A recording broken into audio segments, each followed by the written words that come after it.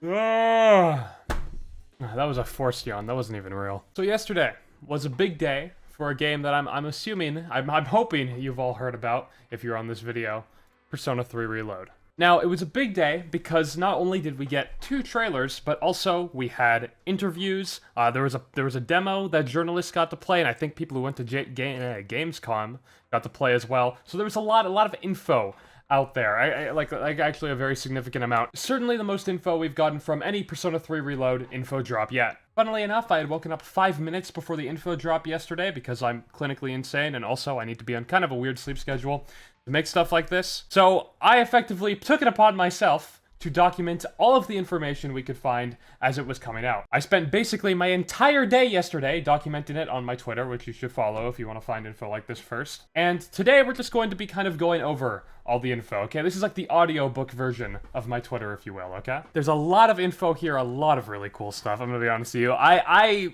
was hyped for the game in the first place because I love Persona 3, and I think a remake is obviously dope, but like, this has gotten my excitement levels up to levels I didn't think they'd be at, to be honest with you. Anyways, I'll stop messing around and we'll actually get into the information. So for starters, we got 2 trailers on the full moon. I won't be watching them here because I'm going to assume you've already seen them. If you haven't, I'm sure you can find them pretty easily. Instead, I'm just going to be going over the info that we found in these trailers. I'm not gonna watch the 2-minute trailer here, okay? I'm not gonna be a React channel. What a weird thing to forget. So for some reason, I forgot to mention that in these trailers, we finally got a release date for Persona 3 Reload, that release date being February 2nd, 2024. In these trailers, we finally got to see Koromaru, Aigis, Ken, and Shinji for the first time.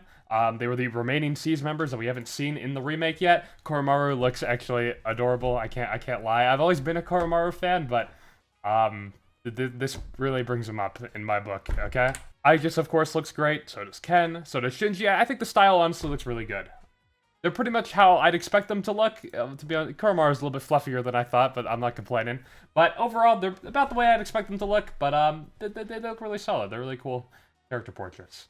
Alongside everything else, they finally put the store pages for Persona 3 Reload up on Steam, PlayStation, Xbox, all the platforms it's getting released on. And I immediately found something very interesting. And while we didn't know this before, Persona 3 Reload is going to have DLC and is split into 3 separate editions, as you can see here.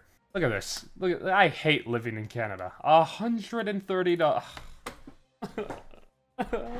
Yeah, apparently it's worse in the US if you adjust for inflation. That's crazy. Well, yeah, I'm still gonna kill myself. Now, on the real though, I'm sure this is something that's probably going to upset a lot of people. A remake of a PS2 game getting DLC.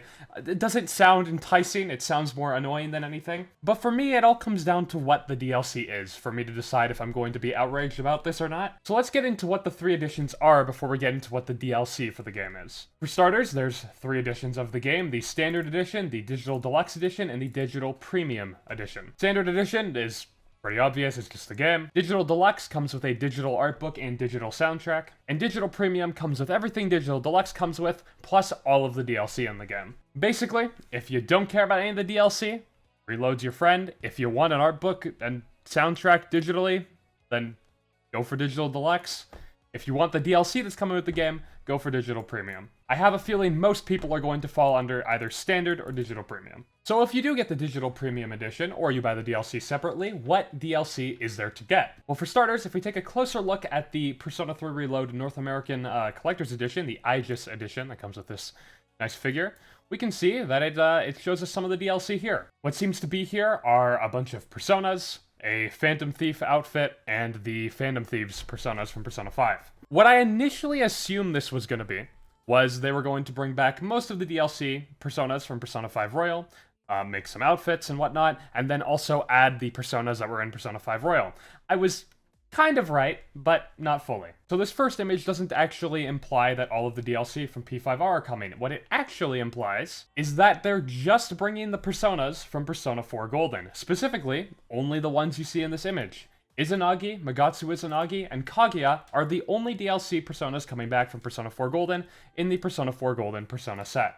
This was surprising. I'm really surprised they didn't grab Izanagi no Okame and not bring back any of the other DLC Personas in Persona 5 Royal, but yes, P4G is getting just these 3 Personas returned in Persona 3 Reload as DLC. I can't be too upset, because I do love me some Magatsu Izanagi, but it was just a little surprising how little there are, and I saw a lot of people kind kind of criticized this for how little there are, especially compared to what P5R got. Persona 5 Royal got 2 Persona Set DLCs. Are you ready? We're going to go over Set 1 right now. Persona Set 1 brings in Arsene, Captain Kidd, Zoro, Carmen, Goemon, Johanna, Melody, Robin Hood, and Cendrillon. Basically, the Tier 1 personas of every party member in that game. But then there is a second set named Persona Set 2. This brings in Satanael, Satan Taisei, Mercurius, Hecate, Camus Susanoo, Anat, Astarchi, Loki, and Vanities. I think I got all those right.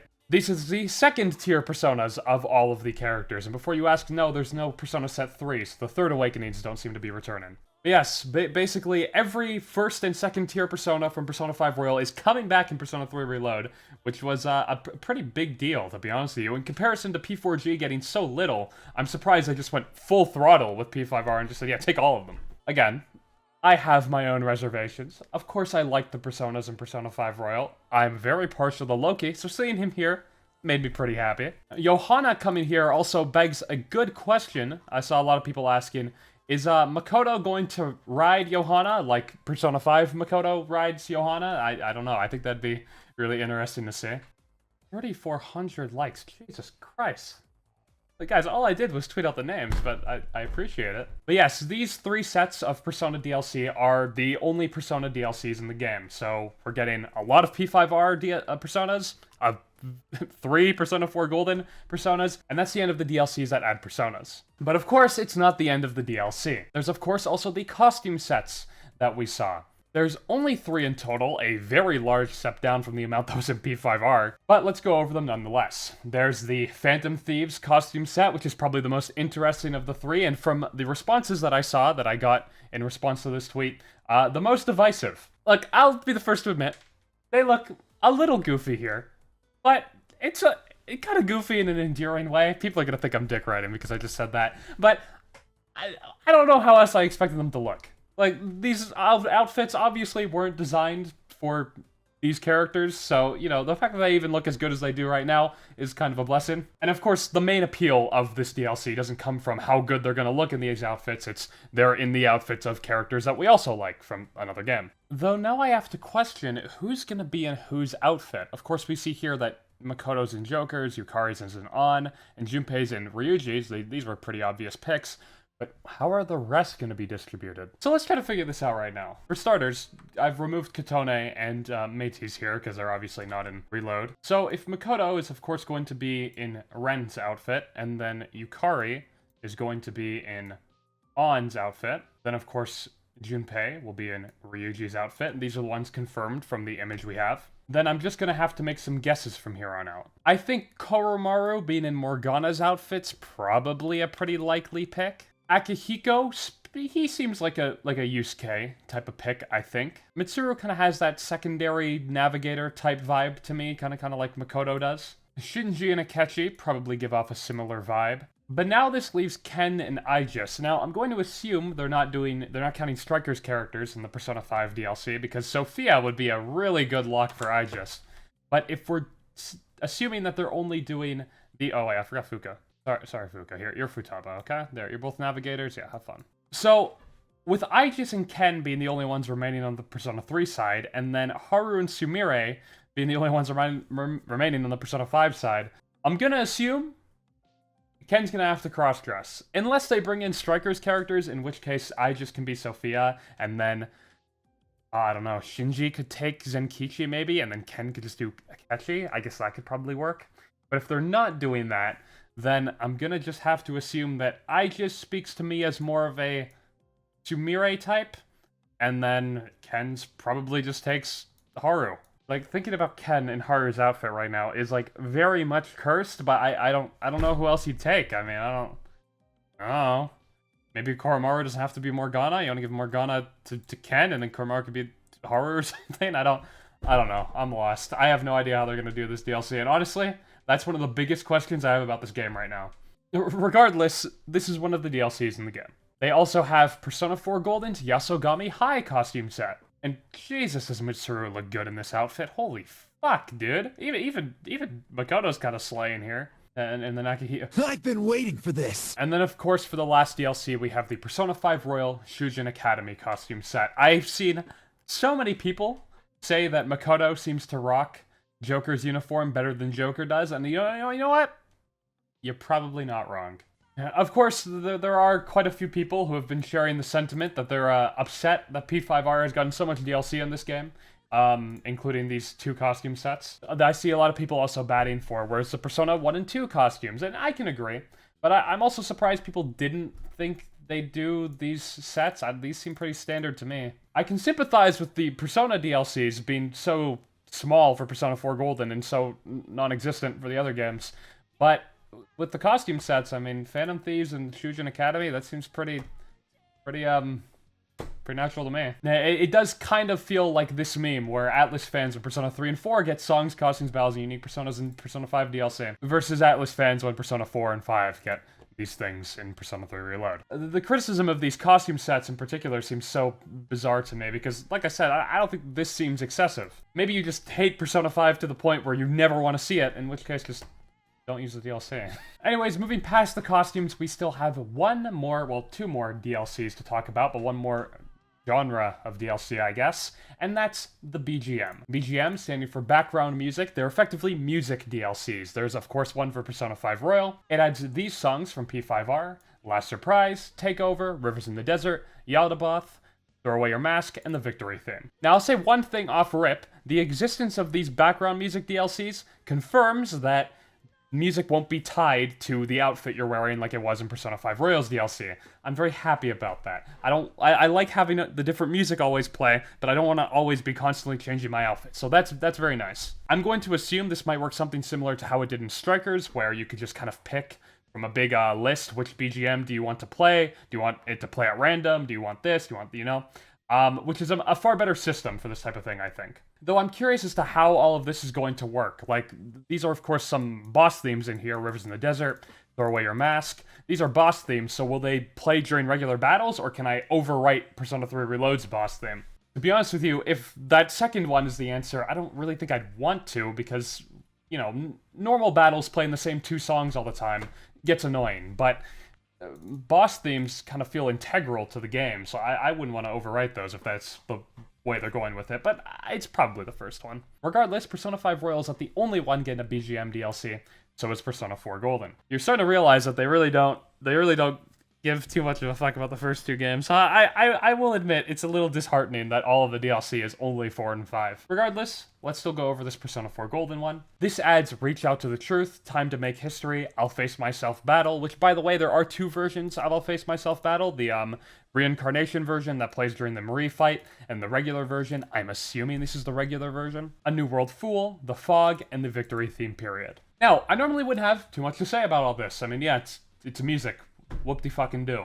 I'm cool with it. I think variation in the battle themes is something that is very much appreciated, because in the Persona games that don't have this music DLC, which is every Persona game before 5, you do start to lose your mind hearing the same battle theme over and over and over again, no matter how good it is. So having this variation is appreciated, but there's a problem. And here's something I absolutely will complain about. Like I said, the costumes, the personas, they all had people criticizing them and complaining about certain things.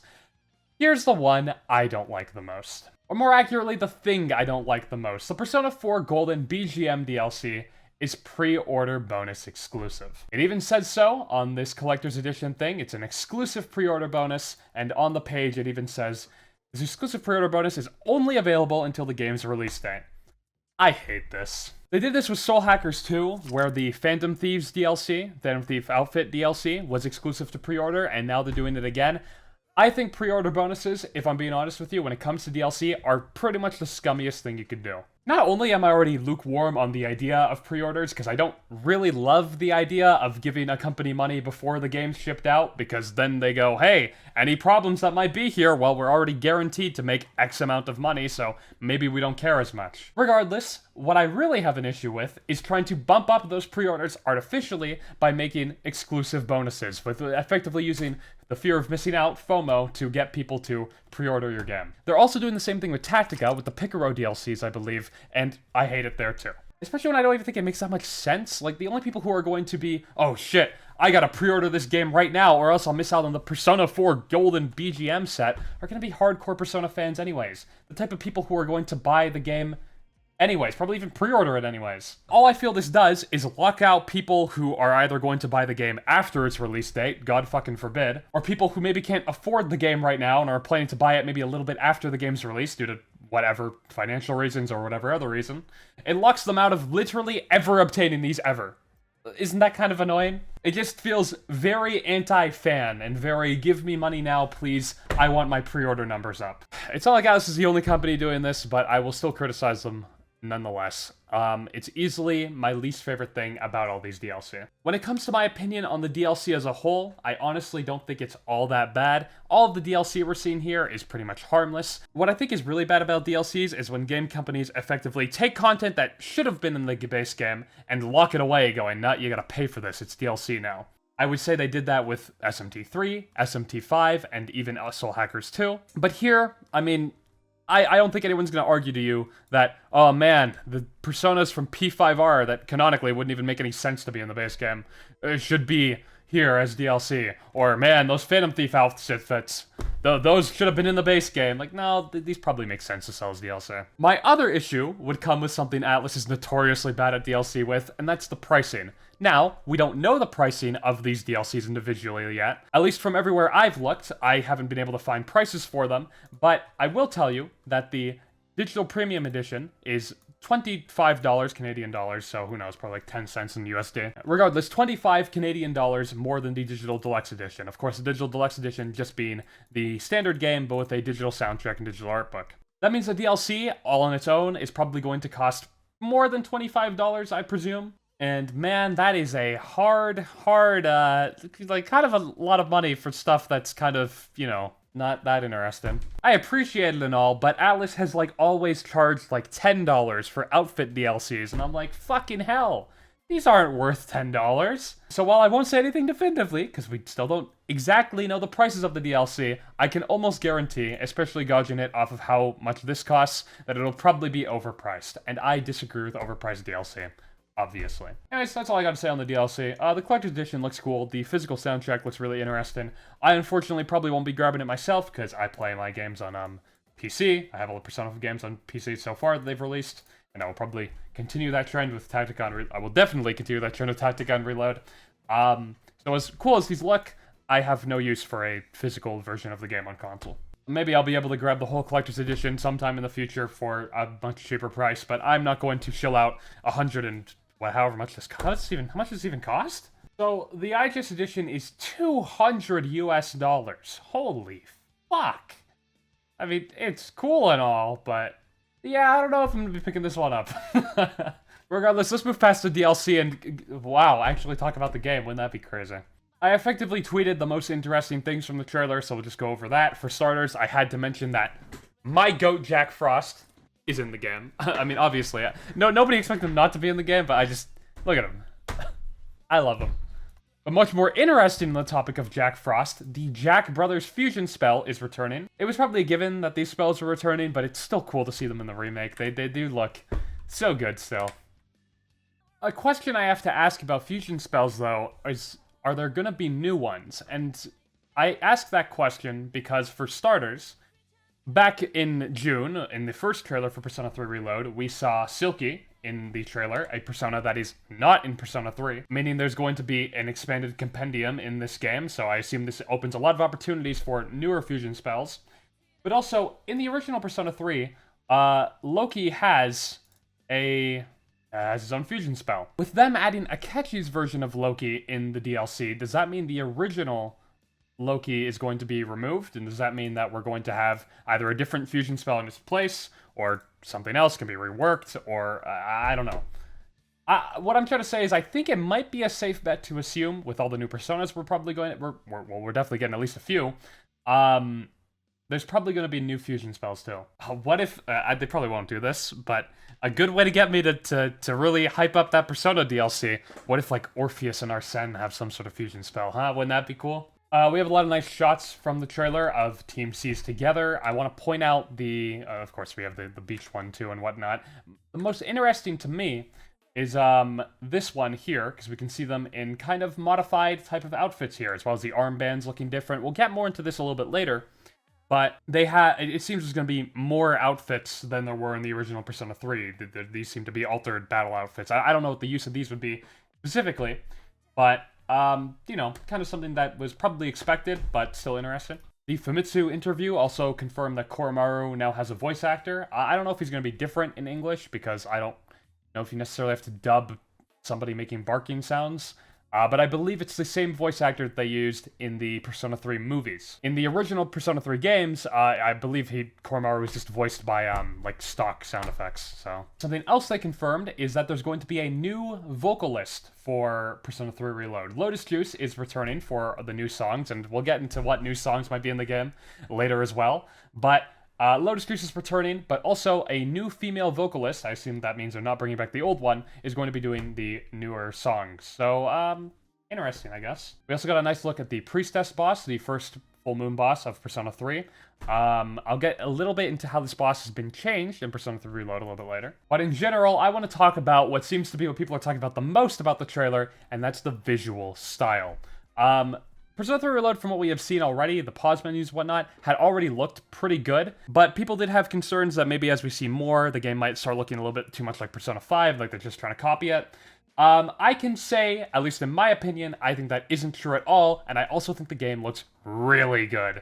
Like, maybe better than P5 in a lot of ways, visual stylistically, and I don't say that lightly, with that game probably having my favorite visual style, probably of all time. Before I get into my tweet about the visual style, I have to show you Persona 3 Reload's all-out attack, if you somehow haven't already seen it. It takes, obviously, some inspiration from Persona 5. We're going to see a portrait show up at the end after ending the battle with the all-out attack, which is something Persona 5 started in the series. But it still feels really unique to Persona 3's style from what we've seen here, and I think it looks great, so let's get into it. Come, Persona! All-out attack. Let's do it.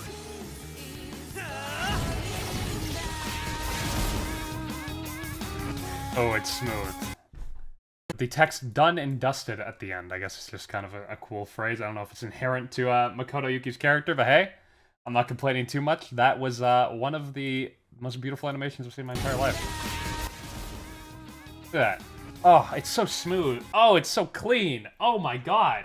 So I went on to make a tweet saying Persona 3 Reload's UI looks excellent, and not in a Persona 5 kind of way, but in its own unique way. It's quite... Ryuji's texting, my fault. But in its own unique way, it's quite stunning. This one got a lot of likes. People seem to really, really appreciate this tweet, and they love me. They love me, okay? This is probably my most liked tweet from, even though my notifications have been blowing up this whole Persona 3 Reload full moon info cycle. This seems to be the one people gravitate the most towards, because, I mean, this is one of the most interesting parts about what we've seen. Just the style that they've decided to remake the game. This is effectively is what's going to be a big part of what justifies the remake outside of the gameplay changes and improvements, I suppose. So I used frames from what I thought was probably the most interesting. This cut-in frame, this is going to be the cut-in you see when you get a critical attack or you exploit a weakness or something.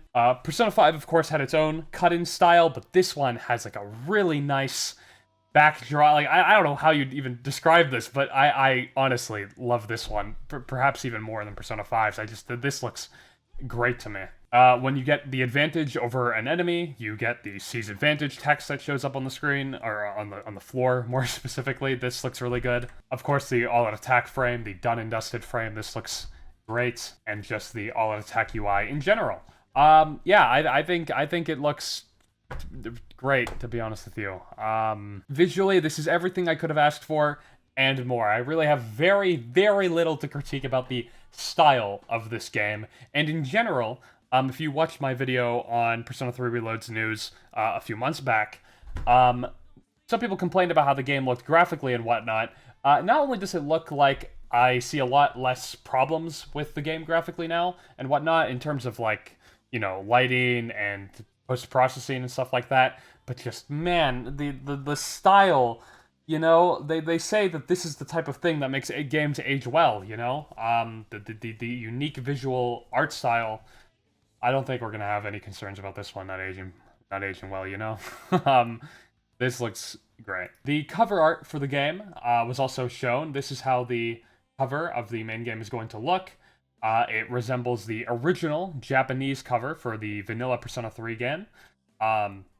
Great callback, great cover. I do prefer the look of this kind of upside-down Makoto. I honestly kind of wanted that to be the cover from the temporary covers we had seen back in June. But you know what?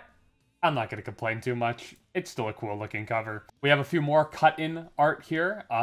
This one is of Koromaru. And we have Aigis here. Aigis looking great here. Stop texting me, Ryuji! But yeah, this looks great. There's also cut-in art for Yukari here and Junpei. I believe this is all the cut-in art that's been revealed, so we don't have the other characters yet, but from what we've seen, they look in line with Makoto's. But you know what? They look great. Perhaps the biggest deal in the Persona 3 Reload trailer, though, is that you can now brush the dog. A little bit of a sidebar, but there was also a new Tactica, Persona 5 Tactica trailer, that dropped the same day. Of course, nobody was going to be talking about it in comparison, but probably the most interesting part is we got an English version of this teaser we had seen a little bit back. So we get to hear the first of Akechi and Sumire in English in Persona 5 Tactica.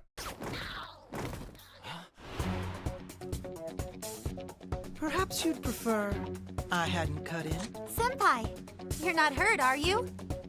Yeah. Thanks. But yeah, I mean, they sound as good as always. I'm, of course, always happy to hear Akechi, because I am quite a big Akechi fan. So, you know, nice to hear them, nice to see them. Not going to talk too much about Tactica on this video, because nothing really groundbreaking was announced. It's pretty much everything you'd expect. It's a Tactica game. It's tactics. It's a game. The demo that the journalists, and that is also available at Gamescom, the demo version of Persona 3 Reload, this is how the main menu title screen looks.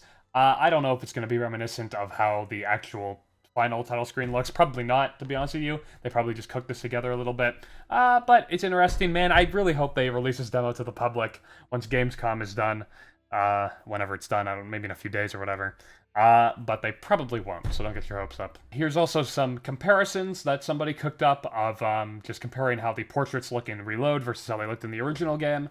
For the most part, honestly, kind of just upgrades. I mean, to be honest, I am kind of partial to this Aigis portrait, this original Aigis portrait. I do really like it for some reason. I don't know. It's always funny to me, but it's also kind of endearing. But overall, this one probably looks better for what they're actually trying to portray with the character. Both of them kind of keep the robotic, but also almost human on the inside type of feel that I think Aigis should have.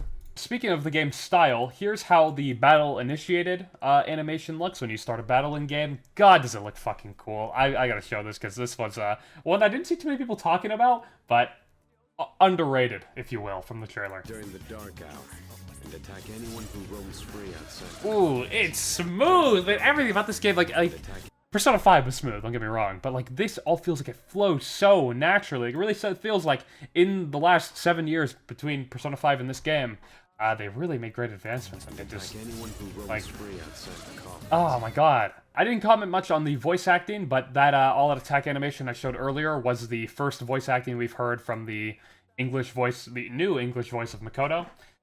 In general, obviously we get to hear a little bit more voice acting from the trailers. Not too much, but they sound pretty good to me. I don't have too much to say about it. They sound similar enough to the first game, but also different enough that it sounds like a new take. Also, I just realized the English voice of Makoto, Alex Lee, responded to my tweet. Huh. That's pretty cool. So we spoke about how the Lotus Juice is coming back for Persona 3 Reload, and there's a new English singer. The first song we get to hear of them together is called It's Going Now, and it's predominantly featured in one of the trailers released for the game. Not going to show the whole thing, but we'll show a little bit. Attack anyone who roams free outside the commons. Shadows can only be defeated by persona. You're going to have to try to hear it over the voice acting, by the way. Obviously, there's no clean version of this song yet. It's our job to defeat them. Pretty exciting, huh? We've prepared an evoker for you. We'd like you to lend us your strength. Come, Persona!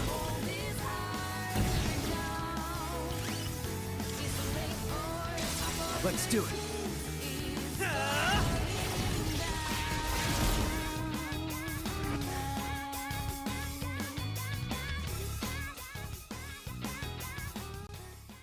Sounds pretty good. I actually really like what we heard of this song. Yeah, it sounds actually pretty good. Fits the vibe, I think. This is definitely the best song that I think that we heard from this info release, because we did hear a second song. The second song that we got to hear today was Mass Destruction, a rearranged version of it for Reload with the new singer instead of the old female singer. It also sounds like a different verse from Lotus Juice. I'll play a little bit of it now. Oh, Junpei's got your back. We expected as much. Don't be careless. Persona abilities can be dangerous, depending on how they're used. I want to use this power to help me live my own life. Take this seriously. I never noticed you could see the stars so clearly up here. Knowing the truth isn't everything, right? When that happens, I just go do something fun and forget about it. It sounds interesting. Don't tell me you've forgotten your promise. I will point out one thing. The singer seems to be going baby baby, even though it's pronounced more baby baby in the original. I'll say this. I do prefer the original from what we've heard. But it doesn't sound awful or anything. I'm just probably more partial to the original. But it's still alright. I do prefer the other song, the original song we heard, far more than this. In this tweet, you'll see I say, this track will play when you get an advantage over the enemy, or otherwise the original Mass Destruction plays. Though I try to clarify here, in this wall of text, that might not actually be the case. So, what I wrote here is what the RPG Fan article that we got alleged. They said that the ambush theme of the game was this new version of Mass Destruction. If you don't ambush the enemy, you get the original version.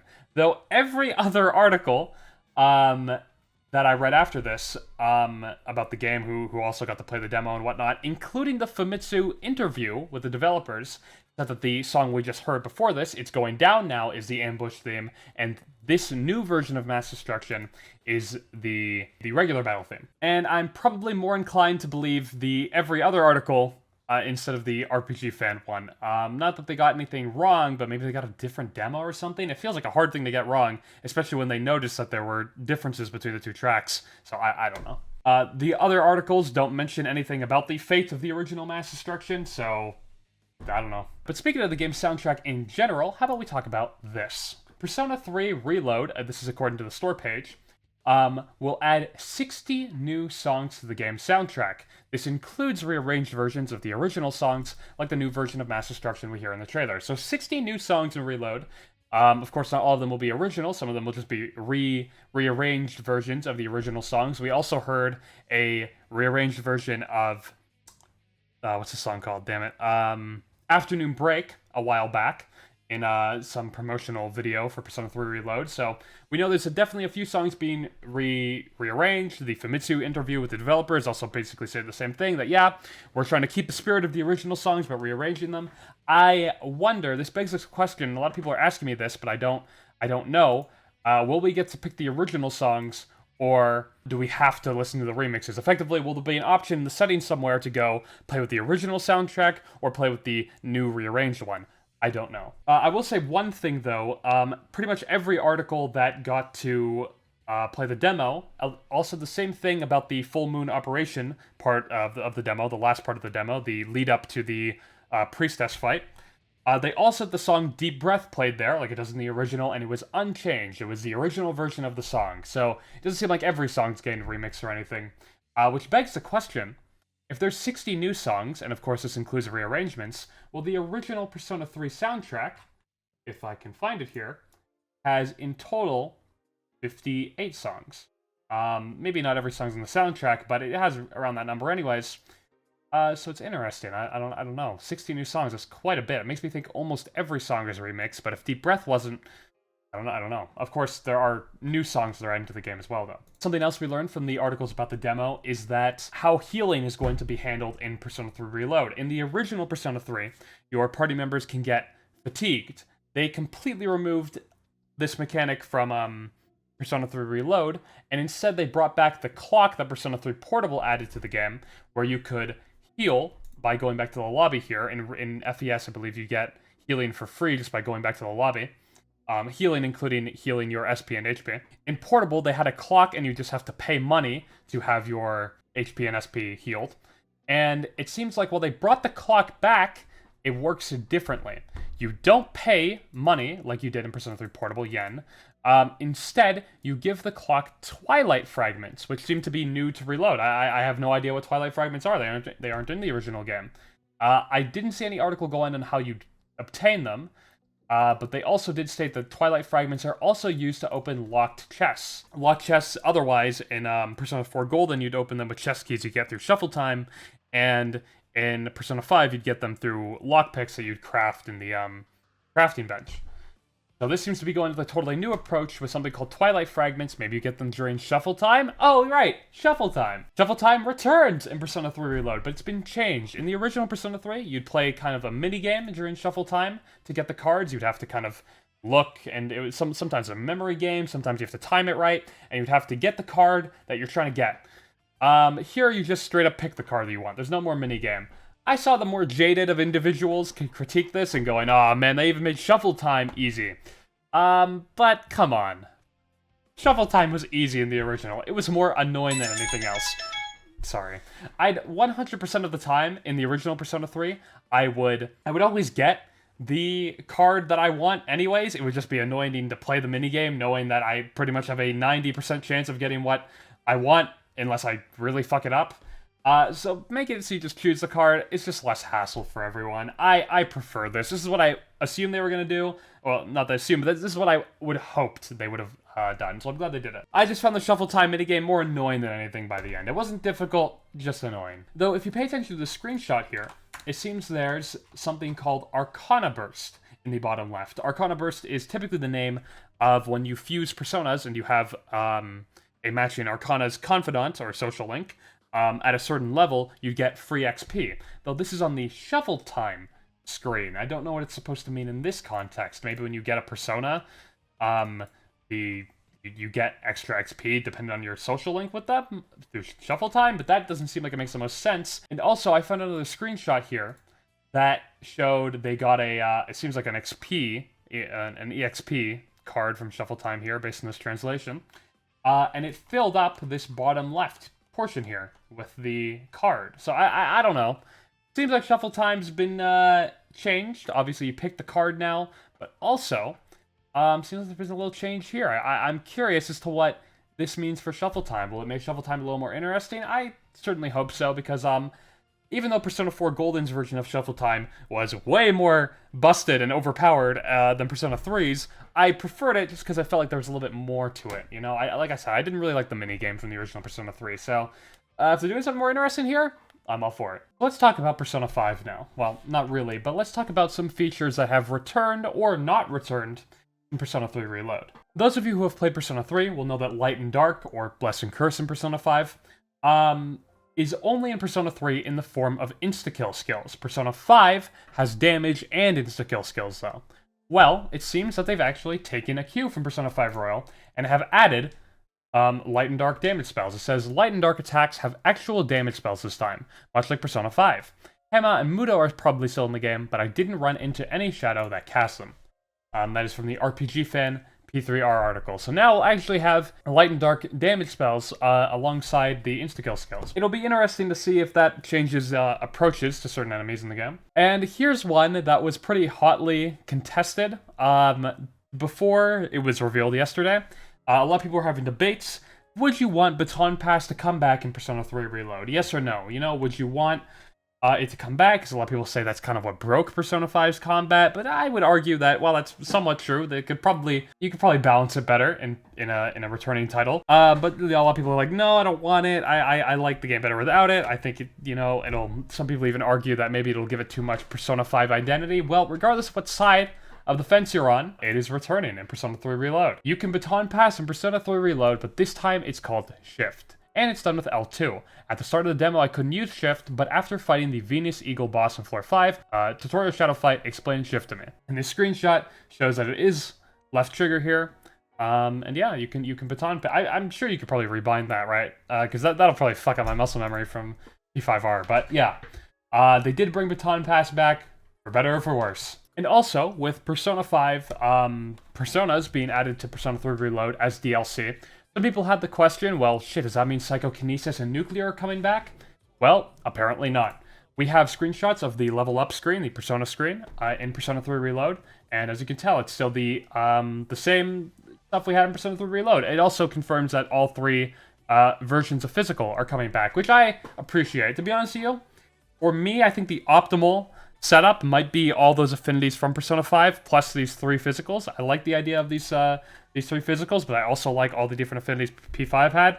But I'm still okay with them trying to keep the identity of the original game by not adding those things in and just keeping the original ones. You know, you can still play around a lot with these. Even though Persona 3 does have a large amount of party members, so might benefit from all those different things. You know what? It is what it is. We'll see how this plays out. So, of course, we have... God, I'm going to need to remember now. It's... This one, I think, is Slash, then Strike, Pierce. I think that's right? This one's Slash, this one's Strike, this one's Pierce, I think. Fire, Ice, Wind... Oh no, this is Electricity, Wind, and then Light and Dark. So, we have the originals for Persona 3 returning. Nothing too new there. That will mean, though, that the Persona 5 Royal Personas returning in Persona 3 Reload will have to be, I guess our moveset will have to be changed to account for the fact that, you know, Melody and whatnot are not going to be able to have Psychokinesis, and Johanna isn't going to have Nuclear. Okay, here's one that got a lot of attention when I tweeted it, because this was something people were really excited about. So, we saw the original pause menu of Persona 3 Reload. That looked a little bit like this. You know, reminds us somewhat of the stylish menus from Persona 5, but it has its own flair to it, of course. This got a lot of people talking because it looks really good. People want to know how the other menus are going to look now. You know, skill, item, equip, how are these ones going to look?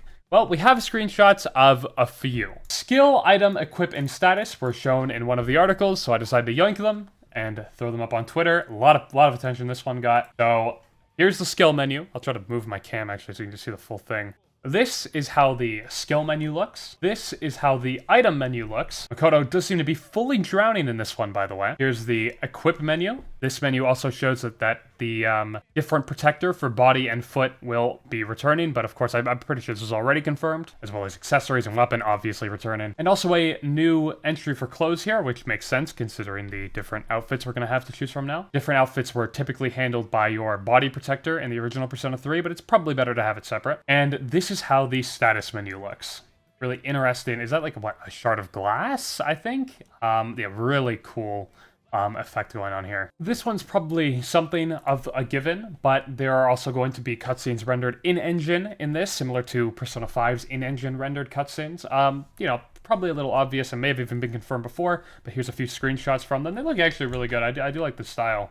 And, you know, the green filter in this specific scene also looks really nice. There's another screenshot here of Junpei with his evoker to his head, and I'm really glad they're bringing this back. It helps to elevate some scenes rather than being told in the typical way Persona's dialogue goes down. Telling them in a fully animated in-engine cutscene like this can really help, you know, bring it up a notch. One more thing when it comes to the presentation, I showed the Seize Advantage screen before. This is how the Shadow Advantage one looks with a more red look to it. And something you may notice on pretty much a significant portion of the art in this game and screenshots is the armband looks different. It actually doesn't really look like too much of an armband. From the Famitsu interview, the interviewer asks, the protagonist's armband is different from the original. Does it have any significance? Yamaguchi, the director behind Persona 3 Reload, responds, as you may have guessed, it's not just an armband, but also has battle-related features. You'll have to wait a little bit longer to find out more information, though. So I suppose there will be some sort of significance in battle to this, and I'm actually really curious to find out what it is. I actually have no guesses when it comes to this one. Something interesting about the All-Out Attacks 2, we actually see 2 different versions of them in the trailers.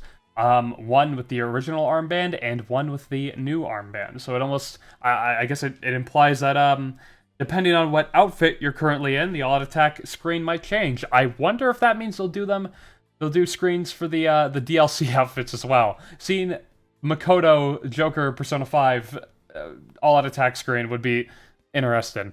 Oh god, what if he does the original Joker pose when he's wearing it? That'd be cool. That'd be way too much effort though. They wouldn't do that. Or would they? I don't know. Anyways, here's a very small little difference, but one of the articles also said when you select an action, the main character displayed in blue will do various motions, but if you change your persona, you will rotate the gun you are holding and do a reload action. You can kind of see that in motion. Not literally in motion, but you can kind of see how it goes down with these 2 screenshots here. Just some more flair in the menus. The treasure items, like Now, if you play Persona 5, you'd know there's treasure items in the game that you can break to get materials and whatnot to sell for money. It seems like something like that is coming back to Persona 3 Reload. Similar to the treasure items added in Persona 5, in P3R you can smash fire effigies to obtain items and materials, mostly items used for selling. Interesting that they're adding this back, I guess just to give another way for you to get some extra money and whatnot, and maybe materials for something else in the game. I don't know if we have all the details to really make the judgment if this is a good idea or not, but if it relates in some way bigger to maybe some other mechanics in the game that we don't know about, then I guess I can understand it. Here's one that was really weird. So the RPG fan article says, you can't change the BGM when contacting Mitsuru, nor can you force the party to split up in the original either. Now this is weird, because it begs the question of what the Navi button that we've seen in Persona 3 Reload will even do, but also, I didn't recall Mitsuru being able to change BGM in the original game in the first place, right? It's once you get Fuka, she's the one who can change the BGM of Tartarus when you call upon her. And it seems like some other people may have confirmed it on Twitter that Mitsuru couldn't do that. It was always Fuka, so this isn't the change, and the person who wrote this article might just be wrong. To be fair, though, she could split you up, so that does seem like a change. If you can't split up people anymore, which seems to be the case, as we haven't seen any screenshots, I think, that lead us to believe so, at least not to my knowledge, maybe the split up mechanic has been removed entirely. And here's pretty much the last thing I have to talk about. I mentioned earlier that I would talk about how the Priestess boss battle has been changed. And the RPG fan article wrote, the fight started with 30 minutes on the clock rather than 8. In the original game, that is referring to, of course, is that the Priestess boss fight had an 8-minute time limit, not a 30-minute one. So it seems like, initially, that the fight was made easier with a far higher time limit. But, let's keep reading. She now has the ability to manipulate the timer via the attack Chaotic Will. At certain intervals of health, she will speed the timer down from 30 to 15 to 3. So it seems like they've now given you a higher time limit initially on Priestess, but they'll actually have an attack, a new attack, to fuck with the timer. This makes me really interested to see, because this implies to me that they may have changed a lot of the bosses to be more interesting, have more depth to them, and that's cool to me because we've been seeing with Persona 5 to Persona 5 Royal how bosses changed decently significantly in that game, in between those games, and there were only 3 years between those two games. There's like, what, 18 between Persona 3 and Persona 3 Reload? So there's a lot of time, and a lot of advancements, and a lot of design philosophies that you can now add on in Reload. So, you know, this is the type of stuff that it's like, now I get, this can justify why you're even remaking this game in the first place, you know? It adds on that she still summons ads, but this time not just Hiera's, but Maya's as well. She still has an AoE ice attack too, but it was a unique spell, not Mabufu like she used in the original game. So it seems like they even have unique skills where they didn't in the original game, which is just really interesting. I'm glad, I like all the depth. I hope this isn't just a one-off thing, and this applies to almost all the bosses in the game. And while that's pretty much all the changes I want to talk about, I just want to address one thing in particular, and that's even though the reception to this remake so far, especially based on the information today, has been very overwhelmingly positive, and I saw even a lot of people who were making critiques of it, specifically the critique that it looked too much like Persona 5 maybe, or they were afraid of that, kind of go back on that now, going, well, now it has a lot of its own flair. I disagreed with a lot of that even back when, but now I definitely disagree with it. I think this remake certainly is showing a lot of its own Persona 3-like flair, and I think some of the critique of it, while you can critique things like maybe Baton Pass shouldn't have come back or something, the overall idea that they can't add anything that was added to the series since Persona 3's release is a little bizarre to me. Like, people still do realize Persona 5 and Persona 3 are games in the same series, and they're going to bring advancements that were made, especially in Persona 5, which was a huge leap between Persona 4 and 5 compared to the leap between Persona 3 and 4. Of course they're going to bring advancements that were made in that game to Persona 3. Otherwise, what the fuck would be the point of remaking this game if we're not going to bring advancements that we've made since the 18 years ago, you know? While I do think there is a lot of legitimate critique, if you do think things look a little bit too Persona 5-like, and you think that it should have more of its own flair, like I said, for the most part, I think it is. It does seem like its own thing. It does seem like it has its own identity. But some of it I just think is so bizarre to the point where it's like, people don't want it to have anything like Persona 5 and whatnot. When, like, of course, stylistically a little bit, and gameplay-wise a little bit, it is going to have some similarities and some advancements that were made in Persona 5 because they're in the same series. Of course. What the hell would be the point of remaking this fucking game if we just make it identical to the PS2 release? Advancements are good. We should bring the advancements. Now, some might be worth critiquing, some might not be. But, you know, as a whole, I think there's just a lot of people who are really upset that Persona 5 exists and are just going to take any opportunity to go, oh shit, well they brought this from Persona 5? Fuck this. They're just turn it into Persona 5 2. And it's like, come on now. Chill out. That's basically all I have to say, though. I'm actually really excited for Persona 3 Reload now. I was before, but in my opinion, this info drop was the best we've ever seen. If the next full moon info drop, which is on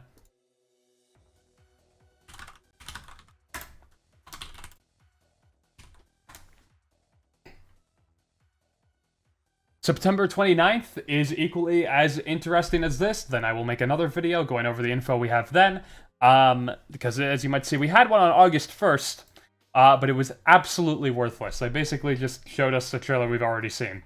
But like I said, this one was... Is this even right? Hold on. Yesterday was August 23rd. Okay, well, whenever the next full moon drop is, if the information is interesting enough, then I will be talking about it once again. Like I said, this is the best info drop we've had for Persona 3 Reload. Easily, it's brought my hype from, like, here, like here, to, like all the way up here, okay? I am actually incredibly excited for this game. And, yeah, I guess we'll see where it goes. I'll see you in the next one. Thank you for coming through. For anyone who gives a shit about my content, I am working on Vanilla vs. Royal for Persona 5. Part 2, still. Once that gets out, I'm going to try to take a different approach to content, where I'm releasing a lot of smaller... not, I guess, lower effort videos, but, like, I'm not trying to make them, like, daily slop or anything. In between my bigger videos, because right now, as it is, I pretty much only release big videos for the most part, besides these little news things when there's relevant news. And it's killing my upload rate. It is terrible. So, after I get Vanilla vs. Royal Part 2 out, I'm going to start doing a system where I do little videos in between all the big videos. Okay? Okay. Follow my Twitter for more information for stuff like this, if you want to be updated on stuff like this first and hear more from my delusional ass. Follow my Twitch, because I'm going to start doing Persona 5 Royal Randomizer there, as I've just finished my 100% Royal run. And, yeah, like the video if you enjoyed it. Subscribe if you haven't already, because you should. And, yeah, Screenments, Persona 3 Reload, February 2nd, done and dusted. Cringe!